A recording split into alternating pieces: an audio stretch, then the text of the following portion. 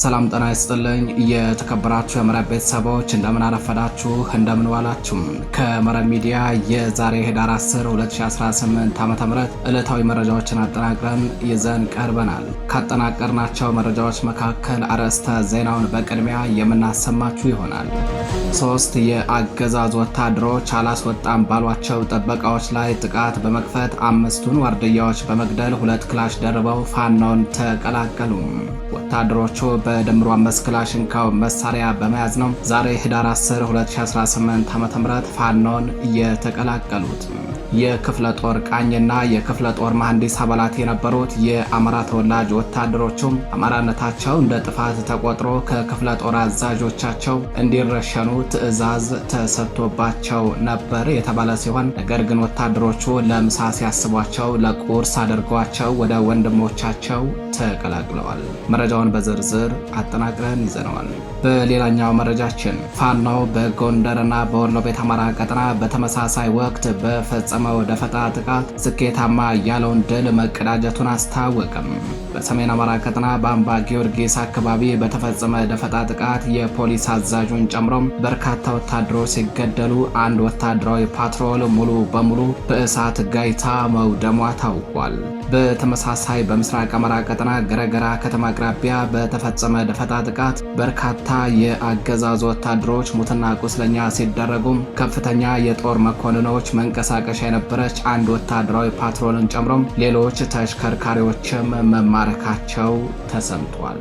በጎንደርና በወሎ ቤት አማራ ቀጠና በተመሳሳይ ወቅት በተፈጸመው ደፈጣ ጥቃት ፋኖ የሽምቅ ውጊያ ሳይንስ እውቀቱን በትክክል ተጠቅሞበታል የተባለ ሲሆን ይህም የፋኖን የውጊያ አቅም ከፍታን በተግባር ያሳየ ነው ተብሏል። መረጃዎቹን በዝርዝር አጠናቅረን ይዘናቸዋል። በሌላኛው መረጃችን የተጀመረው የህልውና ትግል በድል እንዲጠናቀቅ የፋኖ አመራሮች ከሰራዊቱና ከህዝቡ የሚቀርብላቸውን የአንድነት ጥያቄ በአጭር ጊዜ መመለስ አለባቸው ተባለም። አገዛዙን ለማሸነፍ በወታደራዊ ዝግጅት በቂ አቅም እንዳለው ያስመሰክረው ፋኖም ትግሉን በድል ለመቋጨት አንድነት ያስፈልጋል ሲል ከስር ያለው ሰራዊትና ህዝቡ በአመራርነት ስፍራ ላይ የተቀመጡትን አታጋዮች በተደጋጋሚ እየጠየቀና እያሳሰበ ይገኛል። በህልውና ትግሉ ወጥ የሆነ አደረጃጀት ባለመፈጠሩ አገዛዙ እፎይታን ያገኘ ሲሆን በተመሳሳይ በህዝባችን ላይ እየደረሰ ያለው ህልቆ መሳፍርት መከራ እንዲራዘም አድርጎታል። መረጃውን በዝርዝር እንመለከተዋለን። የተከበራችሁ አድማጭ ተመልካቾቻችን አብራችሁን ስትቆዩ እነዚህንና ሌሎች መረጃዎችን የምታደምጡ ይሆናል። መረጃዎቻችን ለብዙዎች ተደራሽ እንዲሆኑ ቻናሉን ላይክ፣ ሰብስክራይብ እንዲሁም ሼር ማድረጋችሁን እንዳትዘነጉም። አብራችሁን ቆዩ።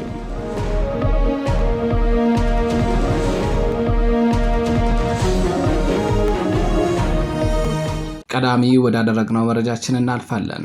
ፋኖ በጎንደርና በወሎ ቤት አማራ ቀጠና በተመሳሳይ ወቅት በፈጸመው ደፈጣ ጥቃት ስኬታማ ያለውን ድል መቀዳጀቱን አስታወቀም። በሰሜን አማራ ቀጠና አምባ ጊዮርጊስ አካባቢ በተፈጸመ ደፈጣ ጥቃት የፖሊስ አዛዡን ጨምሮ በርካታ ወታደሮች ሲገደሉ አንድ ወታደራዊ ፓትሮል ሙሉ በሙሉ መውደሟ ታውቋል። በተመሳሳይ በምስራቅ አማራ ቀጠና ገረገራ ከተማ አቅራቢያ በተፈጸመ ደፈጣ ጥቃት በርካታ የአገዛዙ ወታደሮች ሙትና ቁስለኛ ሲደረጉ ከፍተኛ የጦር መኮንኖች መንቀሳቀሻ የነበረች አንድ ወታደራዊ ፓትሮልን ጨምሮ ሌሎች ተሽከርካሪዎችም መማረካቸው ተሰምቷል።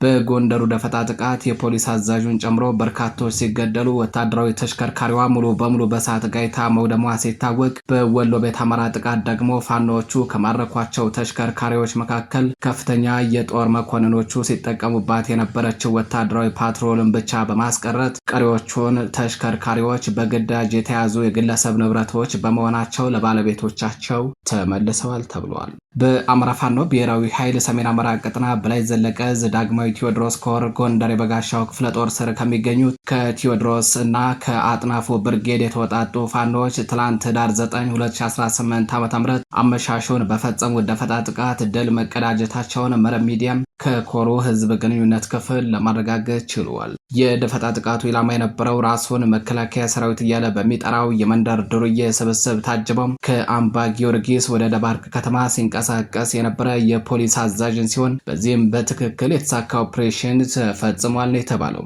በጥቃቱ የፖሊስ አዛዡን ጨምሮ 4 የብልጽግና መከላከያ ሰራዊት አባላት ሲገደሉ ከ5 በላይ የሚሆኑት ደግሞ ክፉኛ መቁሰላቸውን መረብ ሚዲያ ከዳግማዊ ቴዎድሮስ ኮር ያገኘው መረጃ ያመላክታል። ጥቃቱ የተፈጸመው በአምባ ጊዮርጊስና በደባርቅ መካከል ልዩ ስሟ ደልዳሌት ተብላ በምትጠራው አካባቢ ላይ ሲሆን በዚህም የፖሊስ አዛዡን ጨምሮ ከተገደሉና ቁስለኛ ከተደረጉት በተጨማሪ ተሳፍረውባት የነበረችው ወታደራዊ ፓትሮል ተሽከርካሪ ሙሉ በሙሉ በእሳት ጋይታ መውደሟ ተረጋግጧል። በጥቃቱ ፋኖ የሽምቅ ውጊያ ሳይንስ እውቀቱን በትክክል ተጠቅሞበታል የተባለ ሲሆን ይህም የፋኖን የውጊያ አቅም ከፍታን በተግባር ያሳየ ነው ተብሏል። በተመሳሳይ በአማራ ፋኖ ብሔራዊ ኃይል ምኒልክ ዕዝ የደጋው መብረቅ ኮር በፈጸመው ደፈጣ ጥቃት በርካታ የጸረ አማራው አገዛዝ ወታደሮች ሲደመሰሱ አንድ የከፍተኛ መኮንኖች መንቀሳቀሻ የነበረች ወታደራዊ ፓትሮልን ጨምሮ ሌሎች ተሽከርካሪዎችም መማረካቸው ታውቋል። በኮሩ ስር አንሻ ሰይድ ክፍለ ጦር በመቄት ወረዳ ትላንት ዳር 9 2018 ዓ.ም አመሻሹን በፈጸሙት የደፈጣ ጥቃት ታላቅ ድል መቀዳጀታቸውን ነው እዙ በህዝብ ግንኙነት መምሪያው በኩል ለመረብ ሚዲያ በላከው መረጃ ያስታወቅም። በጥቃቱ በርካታ ቁጥር ያላቸው የጸረ አማራው ብልጽግና ቡድን ወታደሮች ሙትና ቁስለኛ ሲደረጉ አንድ የከፍተኛ መኮንኖች መንቀሳቀሻ የነበረች ወታደራዊ ፓትሮልን ጨምሮ ሌሎች ተሽከርካሪዎችም በፋኖ መማረካቸውን የተገለጸው።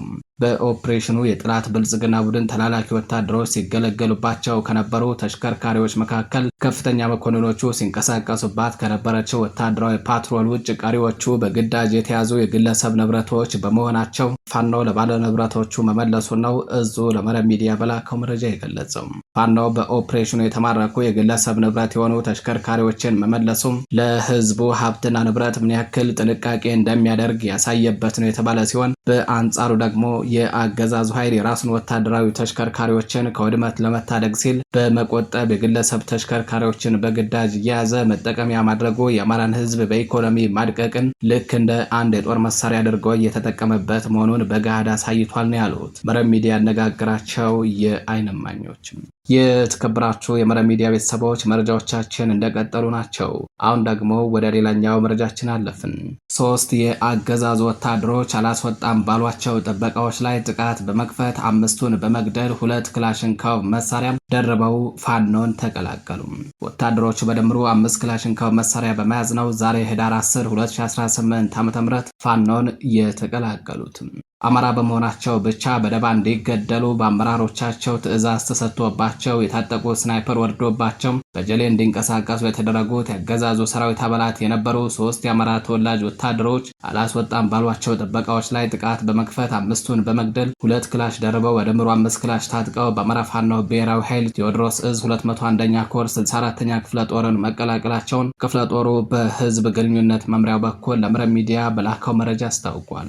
ወታደሮቹ በ6ኛ ዕዝ 14ኛ ክፍለ ጦር አባላት የነበሩ ሲሆን አንደኛ ወታደር ሙሉቀን ንጉስ 2 ኮሪያ ክላሽ እና 220 ጥይት በመያዝ ሁለተኛ ወታደር አንደበት ሞላ 2 ኮሪያ ክላሽ እና 220 ጥይት ተተኳሽ እንዲሁም 4 F1 ቦምብ እና 2 ካዝና በመያዝ ሶስተኛ ወታደር ዘነበው ደሴ 1 ኮሪያ ክላሽ እና F1 ቦምብ እንዲሁም 4 ካዝና በመያዝ 3ቱ የአማራ ተወላጅ ወታደሮች በድምሩ 5 ክላሽንኮቭ መሳሪያ ታጥቀው ዛሬ ህዳር 10 2018 ዓ.ም በአማራ ፋኖ ብሔራዊ ኃይል ቴዎድሮስ ዕዝ 201ኛ ኮር 64ኛ ክፍለ ጦርን መቀላቀላቸው ታውቋል። የአማራ ተወላጅ ወታደሮቹ አላስወጣም ባሏቸው ጥበቃዎች ላይ ጥቃት በመክፈት 5 ዋርድያዎችን በመግደል ነው የወጡት ተብሏል። በተያያዘ ዜናም በእነማይ ወረዳ ቢቸና ከተማ መሽጎ የሚገኘው የአገዛዙ ሰራዊት ፋኖን እየተቀላቀለ ይገኛል። ዛሬ ህዳር 10 2018 ዓ.ም 4 የአገዛዙ ሰራዊት አባላት ፋኖን ተቀላቅለዋል። አንደኛ ወታደር በላይነህ ካሳ፣ ሁለተኛ ወታደር ደመቃ አሰፋም፣ ሶስተኛ ወታደር አዲስ ያዜ፣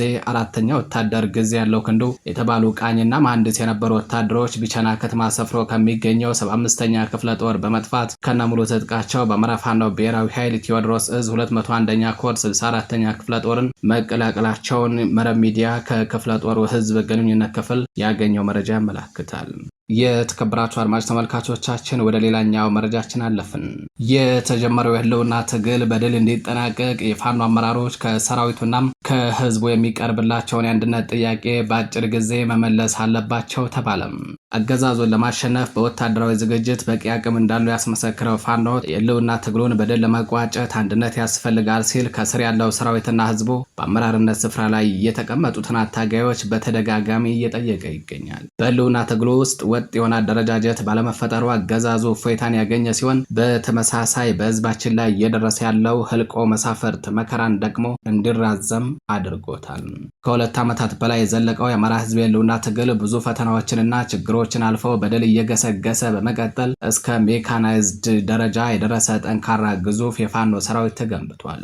በስነ ልቦናና በወታደራዊ ዝግጅት ከጸረ አማራው ብልጽግና ቡድን መከላከያ ሰራዊት የተሻለው የፋኖ ሰራዊት አሁን ላይ የአንድነቱን ጉዳይ በጥብቅ እየጠየቀ ነው። አገዛዙን ለማሸነፍ በወታደራዊ ዝግጅት በቂ አቅም እንዳለው ያስመሰከረው ፋኖ የህልውና ትግሉን በድል ለመቋጨት በአመራርነት ስፍራ ላይ የተቀመጡ አታጋዮች አንድነትን እንዲፈጥሩ በተደጋጋሚ እየጠየቀ ነው። በጎንደር የፋኖ አንድነት ወደ መጨረሻው መቃረቡ በህዝቡና በሰራዊቱ በኩል እፎይታን ያስገኘ ሲሆን፣ ለአገዛዙ ደግሞ ከባድ ፈተና ሆኖበታል። የጎንደሩን አንድነት ለማደናቀፍ የፋኖ ደጋፊ መስለው ሰርገው የገቡ አካላት ከአገዛዙ የተሰጣቸውን ተልዕኮ ለመፈጸም በርካታ ሙከራዎችን ቢያደርጉም ነገር ግን በህዝቡና በሰራዊቱ ብርቱ ጥረት ሳይሳካላቸው ቀርቷል።